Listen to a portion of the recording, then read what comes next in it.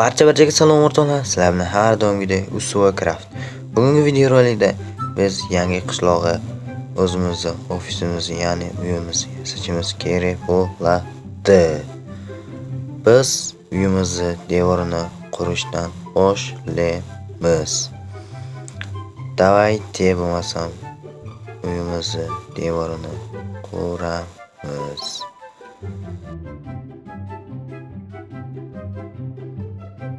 Shu desanglar yangi qishloqqa ko'chib o'tdim. Chunki narigi qishloqning qaniydir mavjudotlar to'lib ketdi va ulardan tozalay olmadim. Shunga bu qishloq ancha yaxshi ekan. Shunga bu qishloqqa ko'chib o'tdim. Bu qishloqqa endi o'zim o'zimni uyimni yasayapman. Xudo xolasa bu uyim ham narigi uyimdan anchagina yaxshi bo'ladi. Tak. Bo'ldi, bu uyimizni devor qismi bitdi.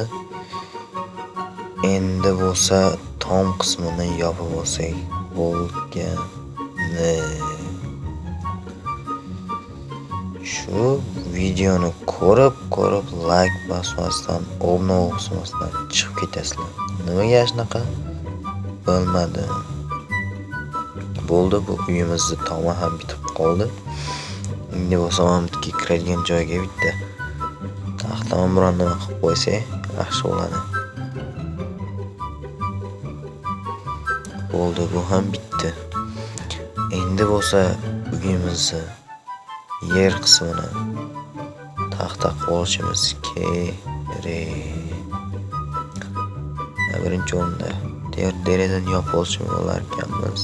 Endi bo'lsa pol qismini to'liq yopib chiqishimiz kerak bo'ladi. Nimagadir makmak qo'yarmanman. Sizlar qaydasizlar, nechinchi yilsizlar yozib ketsanglar yaxshi bo'lardi. Menga qiziq. Men bo'lsa Namangandanman. Mana pol qismini ham yopib oldim. Endi bo'lsa o'rtadan devorni ham oldim. Bu yerga eshik qo'yishimiz kerak. Eshikni ham qo'yib oldim. Endi bo'lsa eng kerakli joy hojatxonaga navbat. Hojatxona ham devorni oldim. Endi bo'lsa bitta eshikchani qo'yib olib, ichki qismini bitirishimiz kerak. Mana hojatxona ham bitdi. Endi bo'lsa stream qilingan kompyuterni qo'yib oldim, kreslosi bilan. Endi mana bu yerga bitta o'zim yotadigan divanni qo'yib oldim. Endi bo'lsa betga bitta pechkani qo'yib olamiz. Qishda kerak bo'ladi aslani. Betga endi bitta notebookchani ham qo'yib olamiz. Asosiy ishlanish notebookchada bo'ladi. Endi eng kerakli joy hojatxonaga navbat. Birinchi bo'lib hojatxona o'zimni qo'yib olamiz va bu manga o'tga qolib ketdi. O'tga bitta rakovina va yana hojatxona. Betga bitta svet kerak bo'ladi. Svetni ham qo'yib oldim. Endi botga ham bitta 2-3 ta svet qo'yib olishim kerak. Chunki kechqurun kerak bo'ladi. Bo'ldi, bu ham bo'ldi. Yana ashib. Endi bo'lsa omdga kiradigan joyga bitta svetni qo'yamizlar. Botga bitta sandiqcha va betgacha bitta pechni ham qo'yib olamiz.